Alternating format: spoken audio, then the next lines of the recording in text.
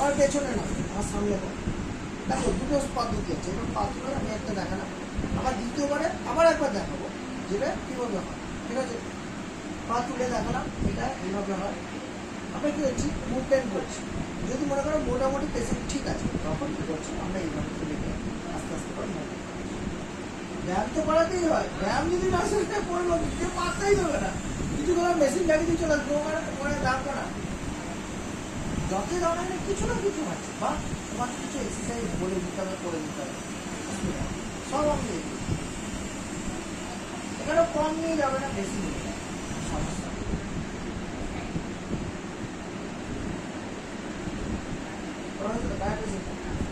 জেনারেটারই চলে গেল, মুখ ঘুরে গেছে। আমাদের এমনি লোড বেশি, ওখানে এসি চলে যাবে, এরকম ক্যাপাসিটি হলো।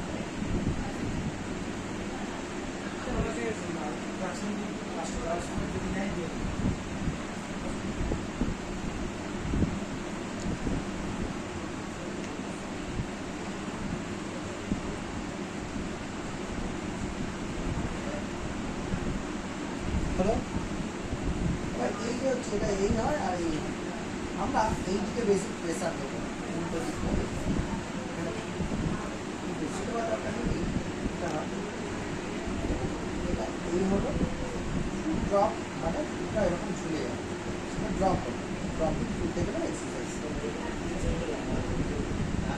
ইনসাইডে লাগা কি বলবো কার যেমন প্লেয়ার ইনসাইডে কিচ্ছু হবে না, কিচ্ছু হবে না, যা বুঝে নিয়েছো তাই ঠিক হবেই হবে না, মানে হবে না কিন্তু আমি জিজ্ঞাসা করছি কী করবো তখন কী করবো। এই এক্সারসাইজ একটাই, এক্সারসাইজে কোনো প্যাটার্ন নেই, স্ট্রেংথেনিং এক্সারসাইজ আর আমরা স্ট্রেচিং, ওখানে প্যাটার্ন চেঞ্জ হবে, মোবিলিটিতে কিছু নেই।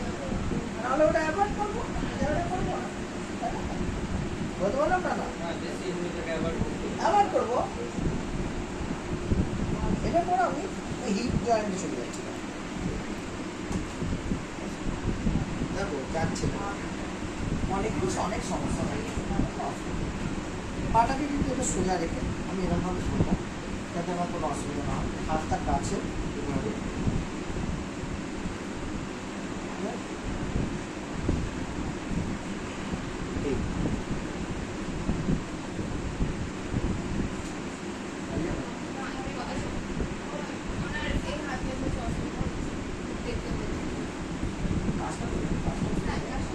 তারপরে এখন এই হলো সাইড হচ্ছে কি হলো, এই হলো, এই বুঝতে পারলাম।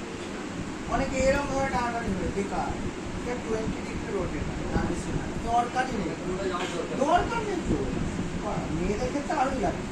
আমার পাটাকে সোজা, এবার এটা আমি বডির সাথে টাচ করে দিই, এবার এই বলতে এগিয়ে আসবো, এই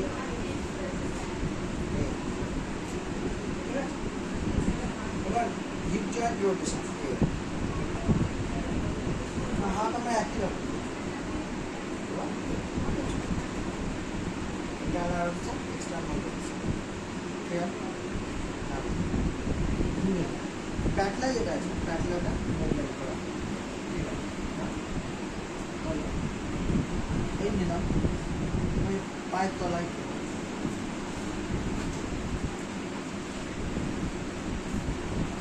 সবসময় যখন নি করতে যাবে না, অসুবিধা করতে করতে একটু উঁচুতে তুলে দেবে,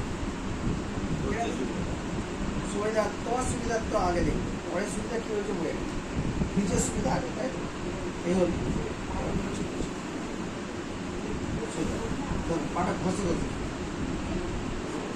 ঘষে ঘষে, এটা সাধারণত আমাদের এখানে সিপিএম বলে একটা মেশিন আছে, সেটাতে করা হয়, সেই জন্য আমরা কম করি, কিন্তু তোমাকে শেখাচ্ছি, শেখার জায়গায় কোনো কার্টুন হবে, শেখার মতো।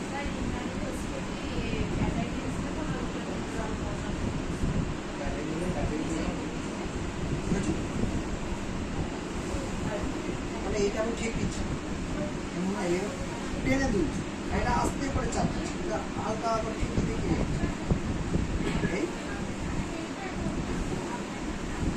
ঠিক আছে। যতটা যাবো ততটা। এটা এদিকে নিয়ে যাচ্ছে, এটা চলবে এই এদিকে, এটা ওদিকে। এই ক্ষেত্রেও এই পায়ের তলায় যদি আমার এরকম সাপোর্ট থাকে না, অসুবিধা হয় হাঁটুতে। না হলে কি হয় আমি দেখাচ্ছি, আমার একটা শরীর